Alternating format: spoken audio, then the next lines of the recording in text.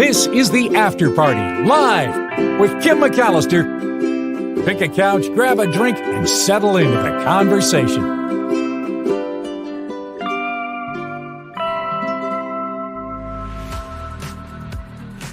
Friday on the After Party, day after Halloween. Hope you guys had a really nice Halloween celebration, even if you just hunkered down in your house and let all the craziness pass you by.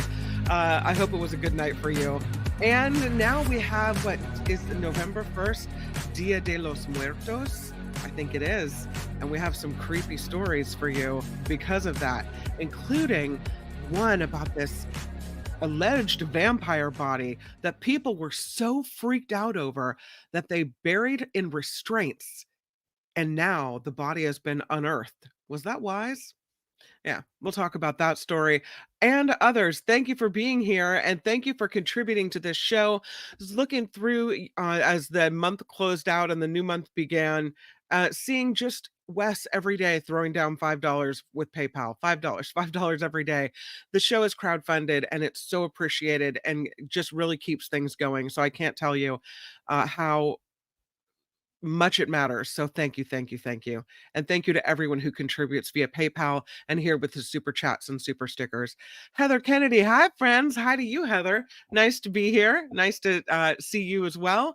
Mindy, hey After Party fans. Glad you guys are here. Vampires are not real. Or are they, Gordon? Or are they? I don't know. Nullifidian would be willing to bet my lunch it's not the body of a vampire. All right, well, let's people in the MS chat were waiting for the after party link. I did include it. I included it while Michael Snyder was still talking, so you had to scroll back for it a bit, but I did put it in there, so hopefully people saw it. And if they didn't, I'm sorry. Maybe I should put it always right at the end. Sometimes it's like a race to try to get it in there before the show ends. Anyway. All right. Yes, please do click the thumbs up button. We'd love it if you could click the like.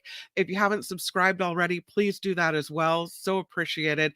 Tim Sika, we're going to the movies in just a little bit, but let's try to get a story in before we pop into our movie segment. The first one I have for you is this man squirrel story. Look at that guy. Yeah, kind of a cute picture. This guy is a big deal on the internet. The social media people love this guy. His name is Mark Longo, and he rescued this little squirrel that he named Peanut 7 years ago. Apparently, he saw the squirrel mom being hit by a car in New York City. And so he rescued the baby squirrel, and they've become the best of friends.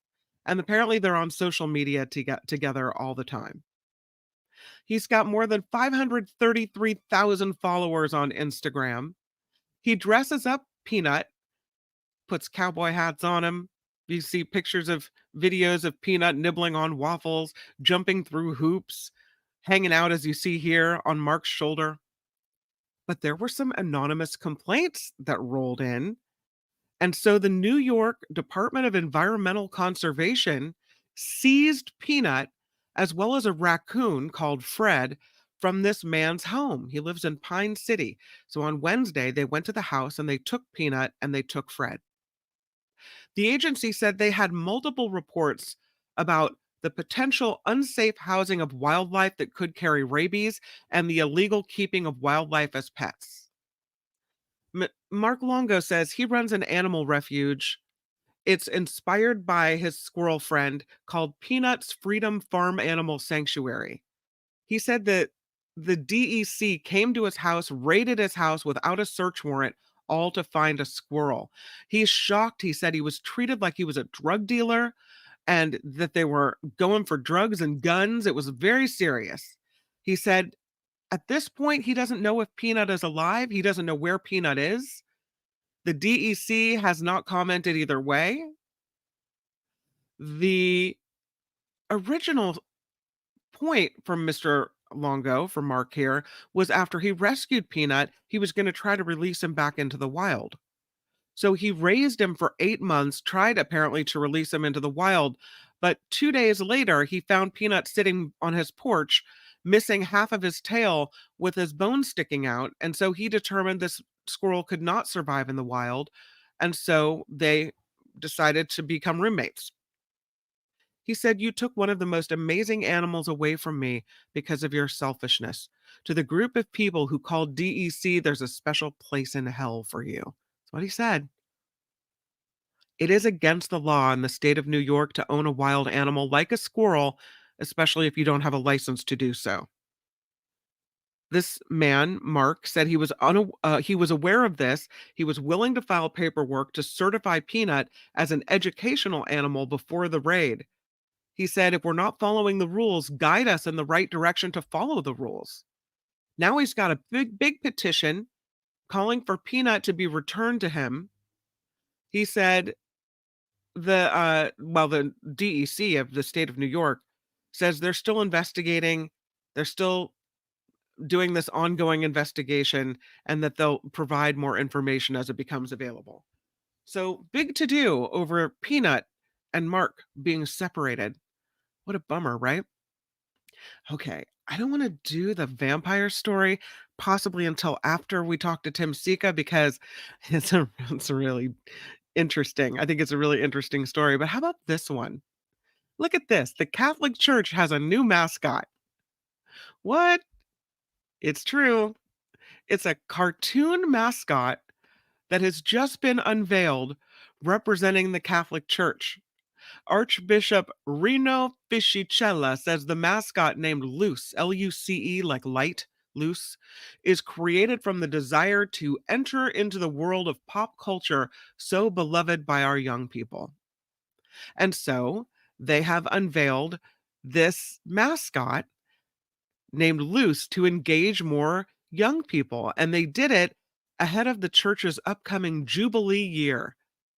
They say it's named after the Latin word for light. The mascot, designed by Simone Legno, the Italian co-founder of lifestyle brand Tokidoki, inspired by Japanese culture. There's friends as well that go with this. Luce has friends, pilgrim friends, Fee, Zin, and Sky. It's the typical elements of the pilgrim. He pointed to her shining eyes and a symbol of the hope of the heart.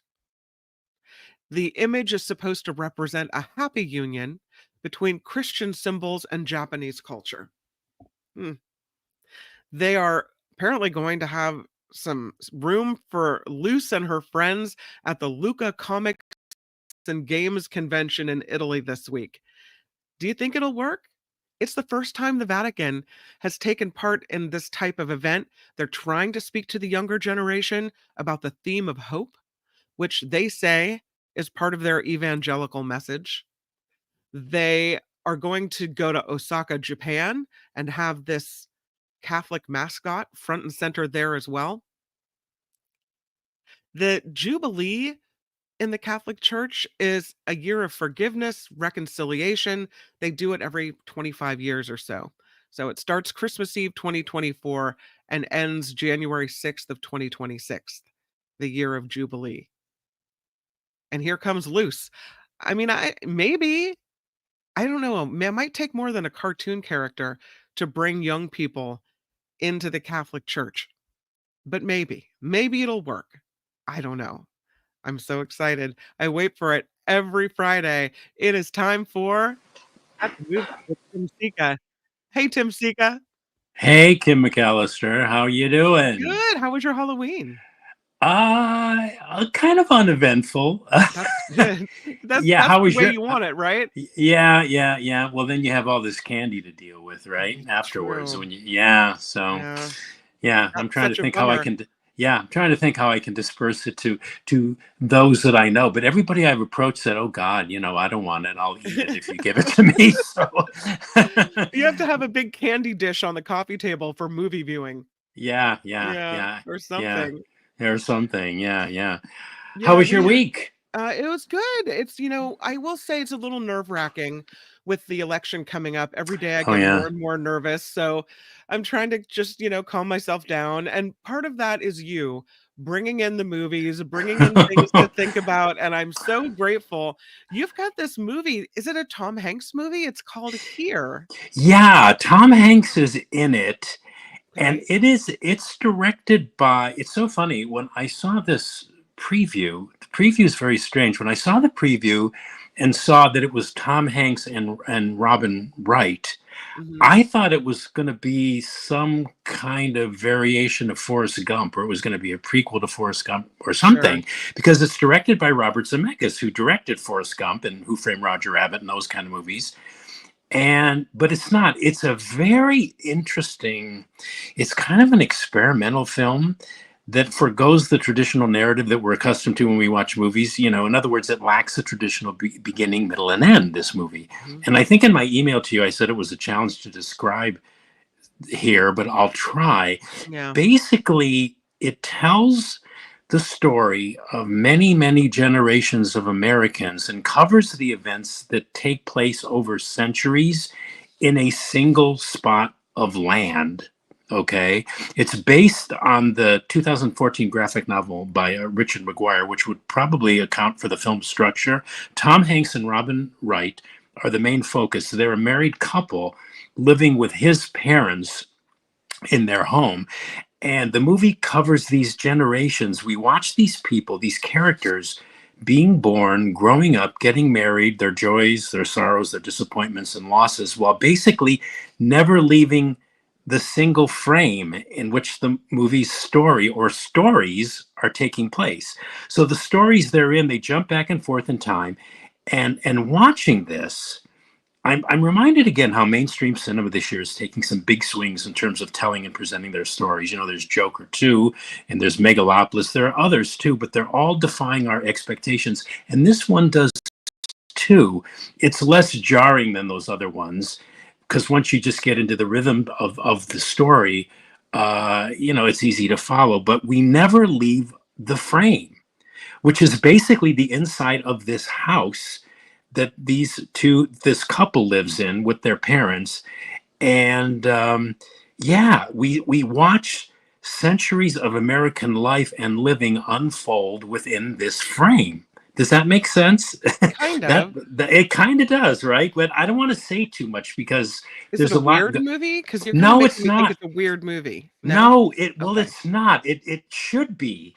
I should. Yeah, weird it never occurred to me to describe Okay. this as weird, but it's sort of a quiet, delicate, and subtle film in some ways. Certainly, the feel of it is subtle. I don't know how it's going to be received.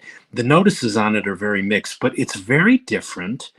Having a movie about generations of Americans unfold in a single space, it makes you think deeply. I've often wondered. I don't know about I've wondered about, like, say, my office where I work. This is a good example. I think, where did the space that is now my office, what did it look like 100 years ago? What did it look like 200 years ago, 300 years ago? Was there also Mhm. was there a house here? If Right. so, who lived here? Was it maybe a different structure? Was there any kind of structure here at all? Maybe it was like a burial ground. I wonder, like, what happened here and You really what went the dark there with that. yeah, where the history. I know, but but who knows? So the film, that's what this film does. It's so interesting, Kim. It plays with that notion in a kind of interesting way. Yeah. So to Right. me, in the end, it was a movie about memory and loss and how Okay. the passage of time affects people in a particular space. I Mhm. quite enjoyed that conceit. It was different and it was refreshing. And while it didn't always seem to work, the ending was sufficiently moving enough to at least make me reevaluate why I felt parts of it may or may not have worked. Okay. Robin Wright is especially good. She's very moving in the final summation scene. So yeah, I hope I hope that the film sounds interesting enough the way I described it for folks Yeah. maybe considering seeing it that they might want to go. I recommend it. It's different. Yeah. It's different and it isn't weird. Good Okay. question. Is it weird? I would say no, it's not weird at all. All It's just right. different. Yeah. Yeah. Let's move to the Black Box Diaries. Oh boy, the Black Box Diaries. This is another Uh-oh. interesting movie. I'm thinking that's the operative adjective I'm going to use for most of the movies we're going to talk about this week, save one, which we'll get to momentarily. It's funny. My English teacher told me in high school, told all of us in high school, and they always emphasize this. He says, when you use the word interesting to describe anything, you're copping out. What does that mean? It's Okay. interesting, So, Yeah. but I hope he's not listening right now. But interesting for our purposes anyway, fits at least as a starting point to talk about some of these movies. Black Box Diaries is a documentary uh, that chronicles the sexual assault Oh. of this Japanese journalist, Shiori Itu. That's her in the poster. Hmm. It features her, and it's directed by her herself, Wow. which is interesting and quite something in itself. I mean, I've never seen a movie that did this. Oh. And what she's documenting is as a journalist, is her own rather lengthy and very infamous case in Japan that actually spearheaded the Me Too movement over there. It was a sexual assault investigation that Ito herself, as a journalist, undertook to tell herself of this high-profile rape case in Japan That that had to she be experienced. really hard to do. Yes, yes, yeah. Yeah. And this is another movie. I don't think I've ever seen anything like this before. Mhm. The accused, and my takeaway, the actual perpetrator, was this guy. He was head of the Tokyo Broadcasting System, but he was very connected. He had friends in high places, notably the Prime Minister of Japan. And you can imagine what this woman went through in just getting people, authorities and lawyers and law enforcement, to actually listen to her, to pay attention to her. I think it was an 8-year ordeal she went through. Oh man. And watching this story unfold with her as the journalist telling the story, it's an ordeal. And the ordeal is what we, the audience, go through with her. It's powerful stuff. It's a very personal film. It's a naked film about the sexual violence inflicted on this young woman and her efforts to bring to justice the perpetrator. To watch it possibly and probably is going to be triggering for maybe anybody that's experienced, sexual Wow. assault. But it's an important movie nevertheless. It's a courageous movie, and it's a very thoughtful and very emotional one. Is it You done more as a documentary or more as a it's like a it's a recreation of the story? No, it's a documentary. It's a Okay. documentary. Yeah, and you said it. It's like it just must be hard to watch her. It's very Mm. hard to watch because she's reliving this, Oh, and none of this is faked. I mean, it's powerful, and it's very different, very, very different movie, um, and a good one. Yeah, yeah, okay. despite Uh, its intensity. the next Yeah, one, hopefully this might be a little lighter, although she did go to prison, so yeah. we're looking at Martha. Martha. Yeah, Yeah. another interesting documentary about Martha Stewart that just dropped on Netflix a couple of days ago. And I was so glad to have seen this movie because I've always had mixed feelings about Martha Stewart. Which it's complicated. But after having watched this movie, I've really come to respect her. She's a very complicated but very amazing and extraordinary woman who saw herself primarily as an educator. I never knew that. But a woman who basically tried to show everyday women that they could bring beauty into their homes, regardless of how much money they had. She used to say that just because you didn't have a lot of money, that didn't mean you didn't have taste, right? Mm, yeah. And she opened up. The movie chronicles her opening up her empire to Kmart too, which is a fascinating story in and of itself. And she was probably one of the most influential and notable examples of what I would call female or feminine power that we've had in this cultural. I mean, there certainly are and were other Yeah. women who have had a massive influence in U.S. culture, but this woman was the first female self-made billionaire. Oh, wow. She created an empire, a multimedia corporation that was bringing in something like $200 million a year. She was, before she became Martha Stewart, that we all know and love and some hate. She, Mhm. she was a model. She was a successful stockbroker. She probably was the first person who saw the marketability of her own personal life. She may have been the first influencer.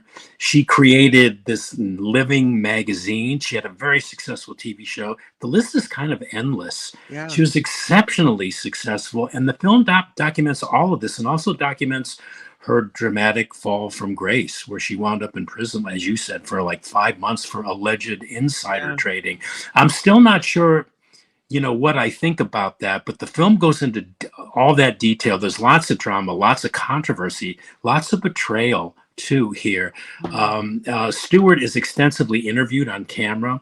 As an aside, one of the things I'm now completely convinced of, more or less, is just how much of a political and opportunistic tool James Comey is. We won't go there now Yeah. because that's a whole nother story in itself. But what else can I say? This movie is directed by this guy named R.J. Cutler. He's probably best known for that 1993 documentary, The War Room. I don't know if you ever saw that. It was about Bill Clinton's campaign for the presidency. Really, Okay. really interesting movie. And I like this one very much. It was a humbling reminder to me of how little I actually knew about Martha Stewart, and afforded me an appreciation of who she is. It's a nuanced look at her life, her upbringing. Her father was a real piece of work. Mhm. I'm surprised she didn't go in the other direction because her father was pretty abusive. Um, and it goes in all the controversy surrounding her. Her reputation for being the queen of mean. Yeah. How the media just completely turned on her, her alleged ruthlessness, her aspirational goal to achieve perfection. That's a Mhm. hard lesson to learn, perfection. Yeah, you talk about her being the first influencer. I sometimes look at her and think she set these impossibly high standards for herself. Yeah, If yeah, your table doesn't look like yeah, this, if you're not able to have that everything just perfect, yeah, then you're somehow less than. What I have liked in recent years, though, is her friendship with Snoop Dogg, which kind of softens her yeah. up a little bit. Uh-huh. And you know what? Mhm. And the movie goes into that too, and Okay. that's very, very endearing. Yeah, and it did Mhm. kind of soften her. Yeah, maybe that's what I didn't like about her. She always seemed so hard, but Mhm. there's reasons for all of that. The movie kind of hints at a lot of those. Like I say, her upbringing.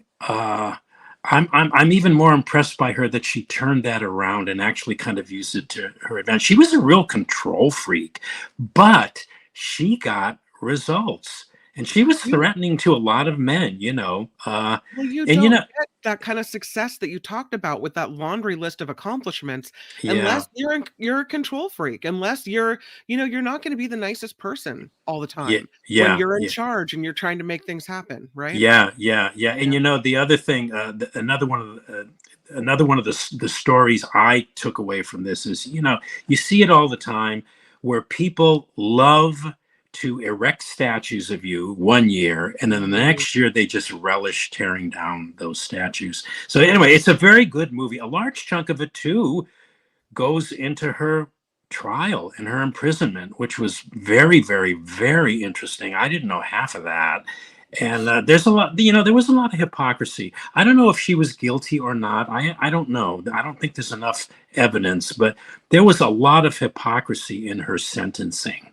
I Mhm. mean, there have been men say she did this insider training. Man, there have been hundreds of men who have done far worse Mhm. things and never even, got a felony indictment. Mhm. Never. So Doesn't make it right, but doesn't yeah, I know it doesn't make yeah, it right, but all things are relative. yeah. So anyway, it's a very, very entertaining movie. Martha. It's Have you seen the meme that has a picture Snoop and Martha together, and it says, "You might be surprised at which one of these people is Yeah. the felon," right? And the yeah, Yeah, yeah. yeah, Well, it's so interesting how they formed this friendship and yeah, how much in common they have with each other. yeah, It's really, yeah, it was one of the sweetest things about the film. Yeah, I didn't know that. You did, obviously. yeah, I don't follow pop culture very much, but right. yeah, there's lots of scenes. And then she did this roast, which is chronicled in the movie too, of I think it's where she met Snoop Dogg, of Mhm, Justin Bieber, and she was a hit. She was hilarious, mhm. and they poked fun at her, and she was a good sport at that. Yeah, it's what a story. It's an So, amazing American success story. I Yeah, assume that this movie or this documentary was made with her cooperation and her yeah, permission? yeah. She Okay. cooperated, but it wasn't a hate geography. It didn't let her off the hook, and Oh, put her on the spot all through it, basically. And it's interesting to see her respond and watch how she responds. And yeah, it's really good. I recommend it. I think, Heather, and it's on Netflix. It just dropped on Wednesday. So Heather if you have, says that Martha has had a home in Bar Harbor, Maine, and a friend of Heather's did some work on the house for her years ago. She said she was incredibly mean and rude to yeah, him and his crew. Wow. yeah, there's a lot of that Yeah. chronicled in this too. Yeah, Yeah. yeah, she was very impatient. I guess that's the word for it. Yeah. Let's move on to this kids movie. Hit. Oh, Hit Pig. Yeah. Oh God. I'm Uh-oh. not even sure kids will enjoy this. It was obviously made for them, but Okay. I was not the audience for Hit Pig. And I love animated films. I mean, I love animated features, but watching it, I really watching this thing, I actually began to experience like a kind of ADHD animation fatigue, Uh-oh. like it was one of those. It's another CGI animation film made in the same way most of them are made today. Sure. Turbocharged action scenes, gags, lots of fart jokes. But it gave me a headache. I'm unsure if that were due to lack of sleep on my part, or it was just a tiresome movie. It was probably a bit of both. But Yeah. briefly, the story takes place in a cyberpunk world, which I don't know why. It just does. And it's about this bounty hunting pig. His name is Hit Pig. Yeah, there we go.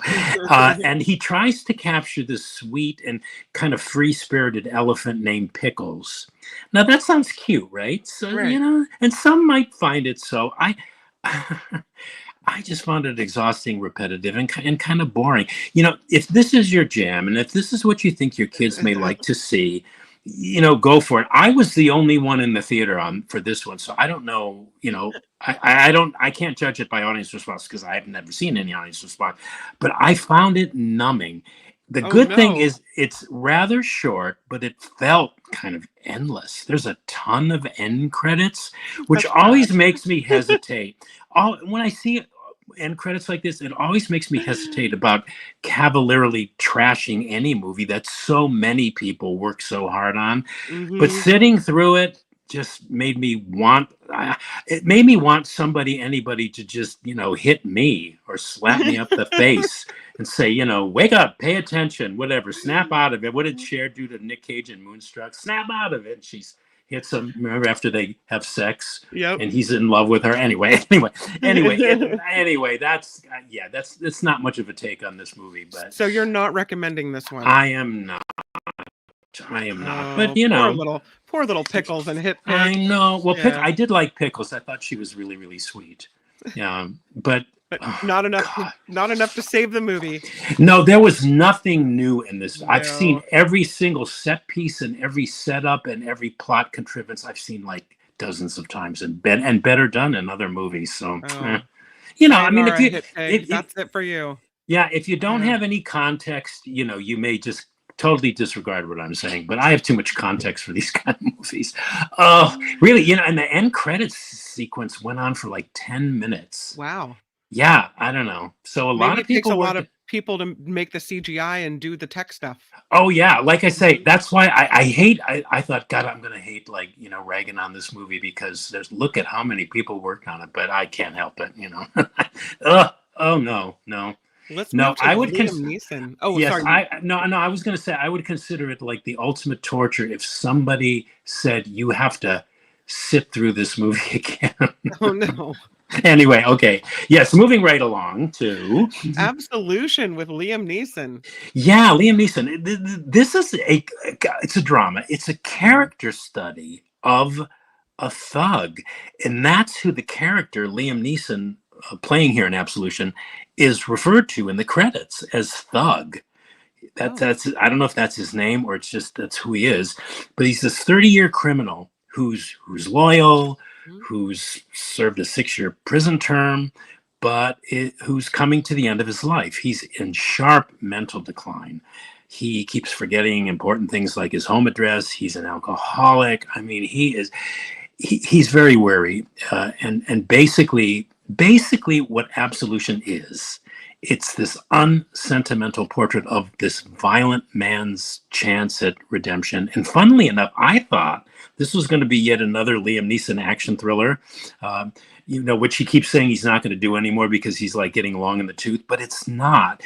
He does do his share of taking people out. I mean, he's really good at killing people swiftly and quickly.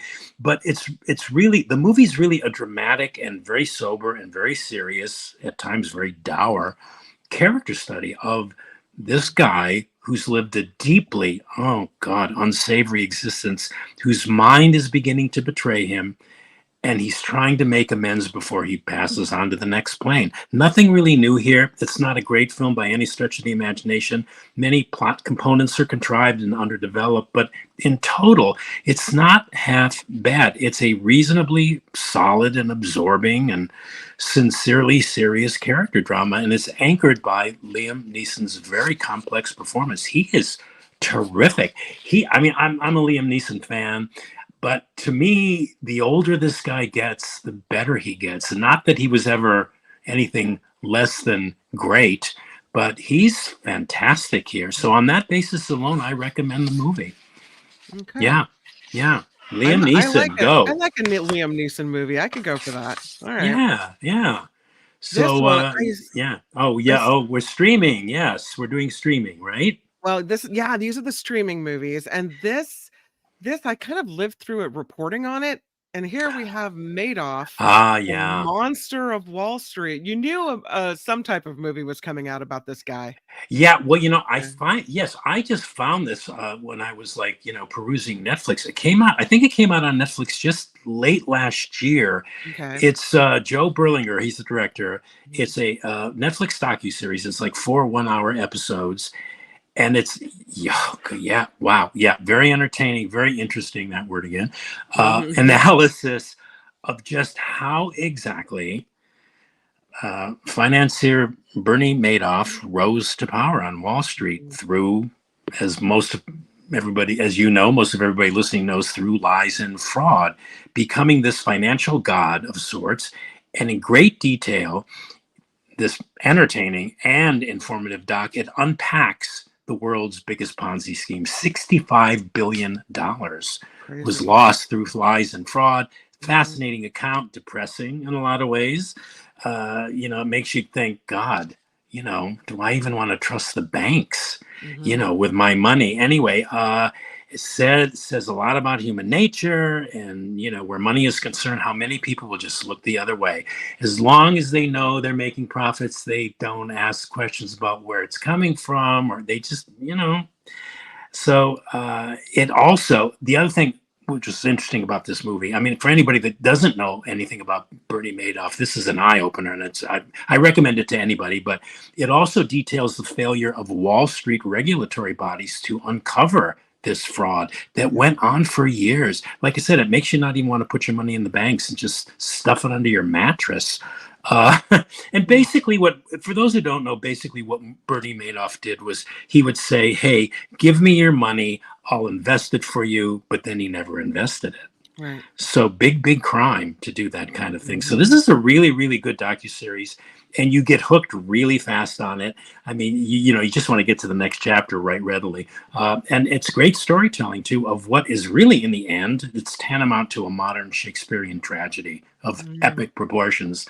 You said you covered it. You remember as it was unfolding? I remember Bernie Madoff and him being arrested, and as the crime was unfolding, we learned more and more about this and the unbelievable nature of it, the humiliation of his family. I think there was some suicide involved. Yeah, his oldest son committed suicide 2 years to the date that he was arrested. And then the other one, succumbed to cancer, and his wife wound up living out of her car. Really sad story. Very sad. The whole family kind of ruined. Yeah, ruined. So you recommend this? I do, and if you covered it, I remember when it was happening, and I was prolifically paying attention to it. But if you remembered it, you'll particularly like it because it resurrects all of that in detail. Yeah. Let's go to this. This one is your classic movie of the week recommendation. I love that we're doing this. And it is Okay. Who's Oh Afraid of yeah. Virginia Woolf? Who's it? Yeah, Have you ever seen it? I haven't seen it. Well, this is another one of my personal. I've seen this movie so many times, I've forgotten just so many times I've seen it. Movies that I can quote chapter and verse from, and it's a legitimate classic. It's Mike Nichols's cinematic adaptation of Edward Albee's theatrical masterpiece, Who's Afraid of Virginia Woolf, which chronicles this relationship, this tempestuous, abusive, but deep down inside loving relationship of a married couple, George and Martha, spectacularly played by Richard Burton and Elizabeth Taylor, who are in the poster there. And it's the pair's unqualified best and finest on-screen hour together. And I'll get to Taylor in a minute, but it was released in 1966, and it broke wide open the industry's production code because it was groundbreaking for having such a high level of profanity and sexual implication unheard of at any time, at that time in any film. And the movie shocked audiences for its dialogue. And in a way, watching it today, it's even kind of shocking, but everything about the film is electrifying. Yeah, that is one of the best scenes in the movie. But when I watch this movie today, I just put myself in the place of 1960 audiences. Now, the 1960s was a decade of musicals. I mean, the big hits were My Fair Lady, Mary Poppins, and The Sound of Music. And then the following year, this movie comes out, and it blows everybody out of their shoes. Not quite so sweet. No, No. Elizabeth Taylor delivers this multifaceted, multi-layered performance, even though at the time was considered, at least initially, she was considered to be miscast because she was in her early 30s playing a character that was like 50 plus years old. She proved everybody wrong. She's bawdy and sexy and vulnerable and comic. For my money, one of the best examples of movie acting ever put on screen. Even if there was nothing else about this film to recommend, Taylor would be the, at the top reason to see the movie. She won her second Best Actress Academy Award for this. The film itself was nominated for 13 Academy Awards. I think it won 5. It was theater director Mike Nichols's first movie. He had never directed a movie before, and it's mind-boggling when you think of it and when you watch this movie, because there's an appearance about this movie of, this is a master film director who made this on view here. If you didn't know, you'd never guess this was from a first-time movie director, because really there's nothing in its look that is theatrical. It's just cinematic. It crackles. It's visual. The camera work is amazing. I mean, it looks, feels, and it plays like a movie. And stage to screen adaptations are always difficult, even for the best of seasoned film directors. And Mike Nichols came in here and he created a masterpiece. And I could go on and on, but suffice it to say, if you've never seen Who's Afraid of Virginia Woolf, fasten your seatbelts and prepare yourselves for an explosive human drama that will bowl you over. Okay. I mean, is it hard to find these old movies, or are they all, do you have to pay to rent them, or are they all just free somewhere? I would say all the ones I've recommended so far, you can either purchase on, I think they're like a couple bucks or something. I think if you go on Amazon, you can, they're available on they're, in a simple answer to your question, they're very easy to find. If you go on IMDb, type in the movie, when the movie comes up on the right hand side, it'll tell you, it'll say streaming on Prime, streaming on Tubi, streaming on Mubi. And this, oh God, I love this movie to death. I just love this movie. Yeah. But I have friends who, they wonder, they say, why do all of these people are so abusive to each other? They scream at the time. I love it. I love the play. So I was a fan of the play to begin with. So, but anyway. He looks like he's really just kind of recoiling in pain there. It's awful. Yeah. What she does is she tells him he's drinking. They're all drunk it's a scene where these two older, they invite this young couple who just, they just started a job on campus. He's biology teacher and his wife, and they come and visit them. They have this drunken night, and she says to him, you can't afford to waste good liquor because you're on an associate professor's salary. She keeps holding over his head that he's a loser, and he breaks the bottle and just whatever. Yeah. Oh, how awful. Yeah, he breaks the bottle in that moment, but Yeah. the liquor bottle and the stuff goes all over the place because she's tearing him down in front of these strangers. It's an intense, but just God, is it watchable? Love it. We'll Love it. recap it. The first one is called Here. You said it's quiet, it's subtle, it's different, refreshing. You like the ending a lot. And you're recommending Here with Tom Hanks and you say Robin Wright Penn, right? Yeah, yes. Robin Wright now, I guess. Yeah, oh yeah, I guess Robin Wright now, yeah. Yeah. The Black Box Diaries.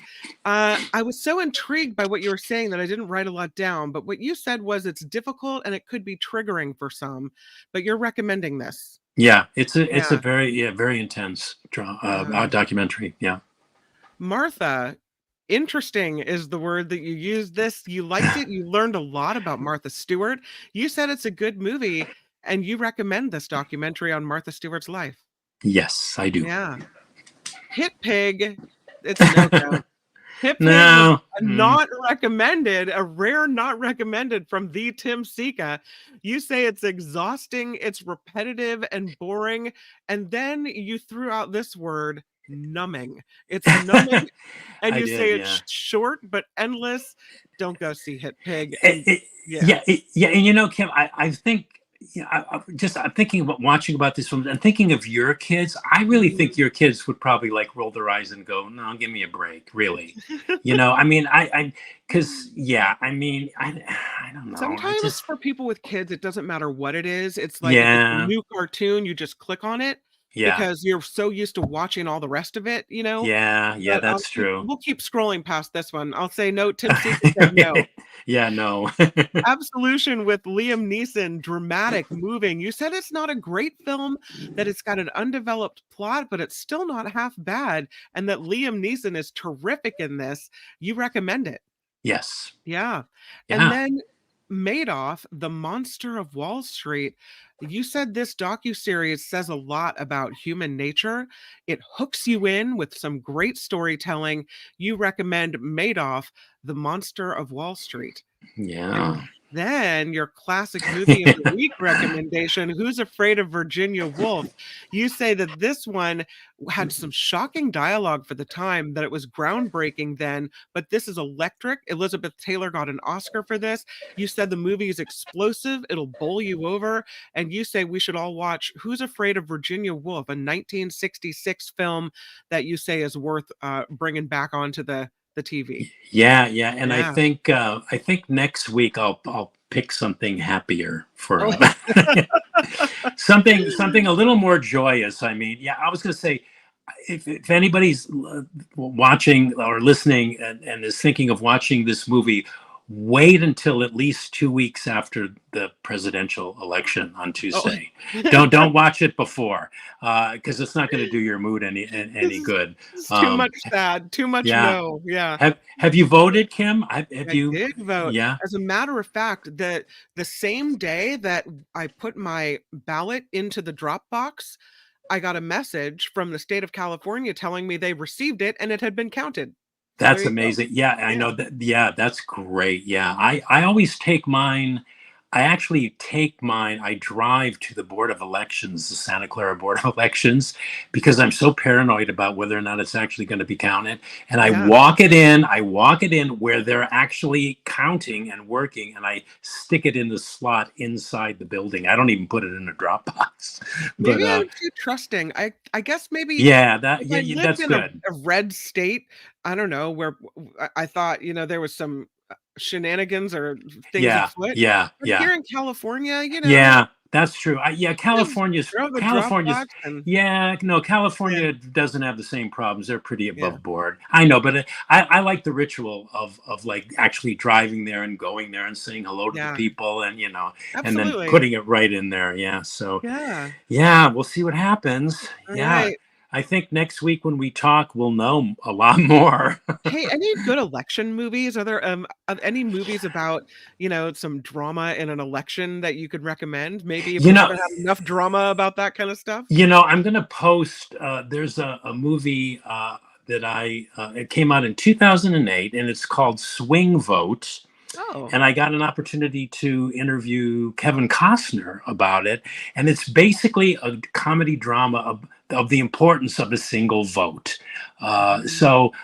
Anyway, why am I bringing this up? Oh, because I'm going to post something about that on my Facebook page if anybody's interested and they want to check out that interview or check out more about that movie. It's called Is that a Swing Vote. Yeah. is it a good movie? Yeah, it's a very good movie. Yeah, it's a light comedy. It's a little bit of a stretch, but philosophically it's solid and it really does. People say, why should I even vote? My vote's not going to matter. Right. Every single vote matters.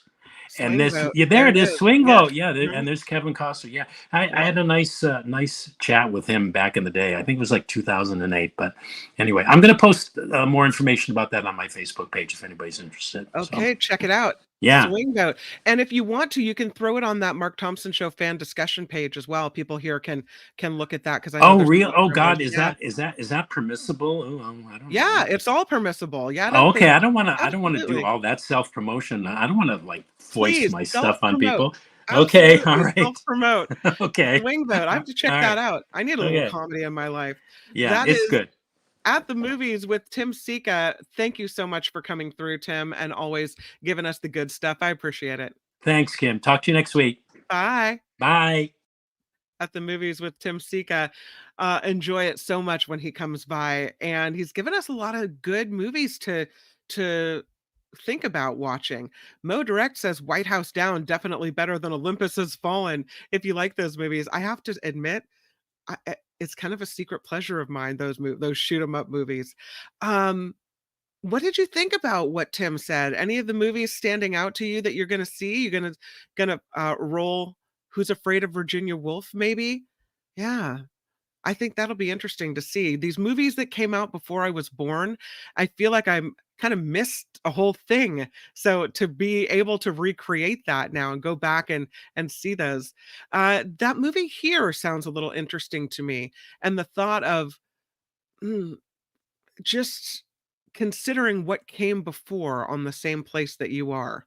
So yeah. Anyway, let's see what you have to say. One of my favorite movies, says Nullifidian, is Tribes with Jan Michael Vincent. I've never seen that one either. All right. Hmm. Um, all right, I get a buy Tim. Nice. Primary Colors, you like that as an election movie. I read the book, but I haven't seen that movie. Yeah. All right. Let's move on because we have this really creepy story about this vampire body. And I'm telling you guys, you have to see this picture. Honestly, okay, I know that's gross, but look at that skeleton. All right. They buried it in restraints because they were so afraid that this creepy vampire, or what they thought was a vampire, would come back from the dead and go after people, that they tried to make sure that this body couldn't rise from the grave and come back and get people. No joke. They've now unearthed this body and they've recreated, based on the facial structure of the skeleton, this woman. This apparently is a woman to be absolutely feared. I know. They say this scientists in Poland have rebuilt the face of this 400-year-old woman that back in the day, they did everything they could to prevent her, and her name is Zosia, Zosia, Zosia, from coming back from the dead. And now they're doing everything they can to bring her back to life. This is the face of this suspected vampire. They used DNA, they used 3D printing and modeling clay, and they recreated what they think her face looked like some 400 years ago. Now she was named Zosia by locals there. They found her body in 2022 uh in Poland. She was entombed in this unmarked cemetery in northern Poland. She was secured in place with an iron sickle across her neck, and she was padlocked by the foot. So scary. The sickle and padlock, as well as certain types of wood found at this gravesite, were believed at the time to have these magical properties that protected against vampires. Her remains suggest she's anywhere from 18 to 20 years old when she died. She had this health condition that could have caused fainting, severe headaches, and possible mental health issues as well. So they start recreating her 3D printed replica before building layers of plasticine clay to form what became this lifelike face that really kind of brought her back as far as what she looked like. They said they've done everything they can to bring her back to life. Among other bodies found at this site, a so called vampire child buried face down, also padlocked at the foot. They say very little is known about Zosia's life, but that she may have been from a wealthy, possible noble family. She lived during the 17th century. At that time, Europe was ravaged by war. Belief in supernatural monsters was very common. They say, the scientists that have recreated her likeness, that it's emotional to watch her face coming back from the dead, especially when you know a little bit about the story of this girl. He said he wanted to bring her back, the one of the researchers, as a human and not as a monster that she's buried as. Oh, there she is, Zosia. Horrible story. I can just imagine what happened to her. Awful. Should we end on a better note? How about this giant thumbtack? Here's an after party story for you. This thing is pretty big. As a matter of fact, it's the largest thumbtack in the world. If you're going to have a claim to fame, might as well have this one, right? This is a thumbtack that measures 21 feet 7 inches tall. It is in the state of Kentucky, and the Guinness World Records folks agree. It is the world's largest pin. Officials at the Transit Authority of Central Kentucky say they came up with the idea of a giant push pin when they were granted federal funds to refurbish their headquarters in Elizabethtown. Because, nothing says waste money on a push pin like federal funds, right? A portion of the funds had been earmarked for signage. So they started to research companies that would be able to create giant thumbtacks.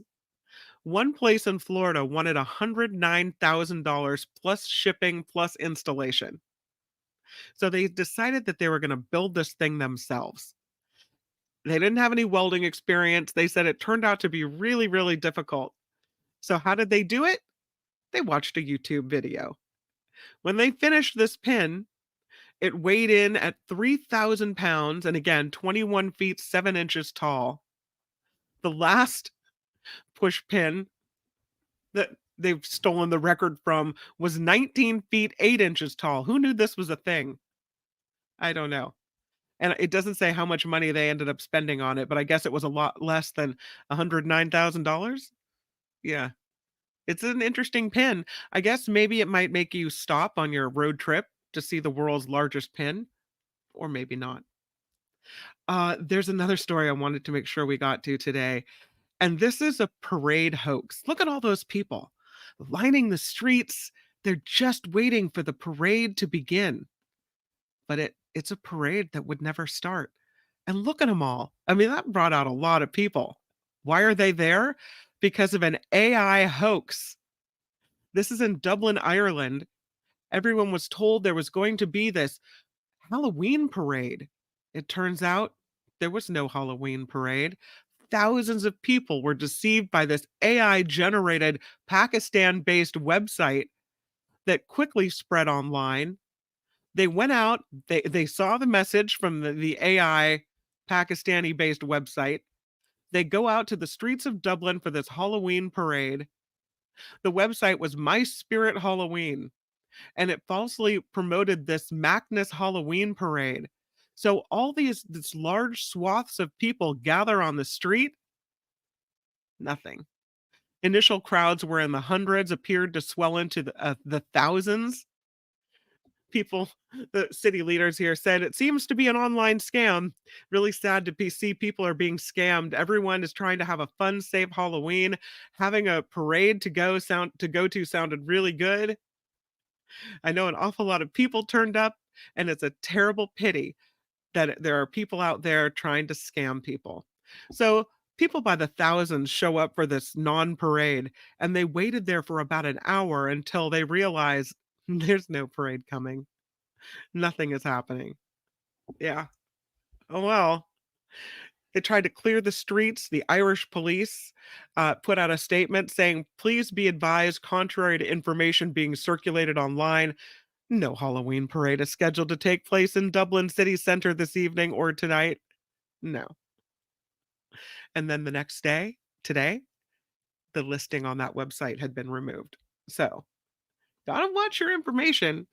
This is why I always say, gotta see it in more than one place. You have to have multiple sources before you start spreading information.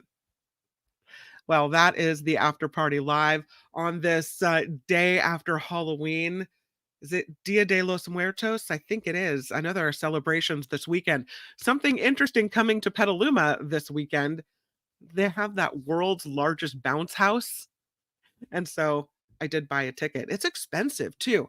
I mean, it seems expensive to me. $35 to go to the world's largest bounce thing, but you can see it's really tall. They had it inflated at the Petaluma Fairgrounds in the middle of town, and it towers. You could just see it from all over the place. So, yeah, we're going. We're going to the bounce house.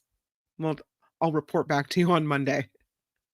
All right. Well, you have some good movies to watch over the weekend. Take your mind off the election. Rev P, thank you for the pumpkins and the hearts and everything else. Harry, look at you. $5. It's a Fiver Friday, a kamikaze for your recovery. Thank you. Those kamikazes yesterday. Wow, were those ever good? Whew, I ended up having 3 of those. Not recommended, but really good. Lucy McAllister, my favorite McAllister, a $20 super sticker. Huge, huge thank you. And thanks for coming over to the after party as well. I'm glad to have you aboard. Thank you to Wes for the PayPal contribution as well, $5 a day. So appreciated. And thanks to everyone for being here and contributing in all the ways that you do. Okay, have a great weekend. Make it the very best weekend that you can.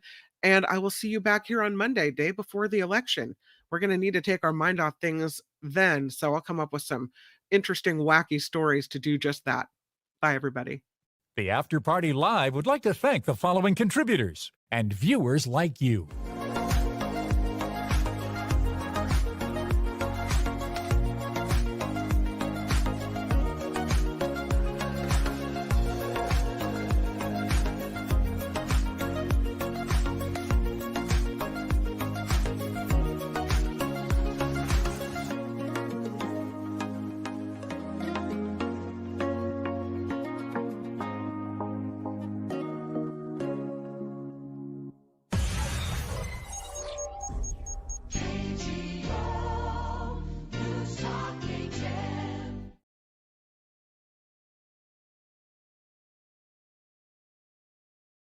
I will take a photo. Thank you, Liz. Hold on. Here's the music. I know you guys like it. Here it is.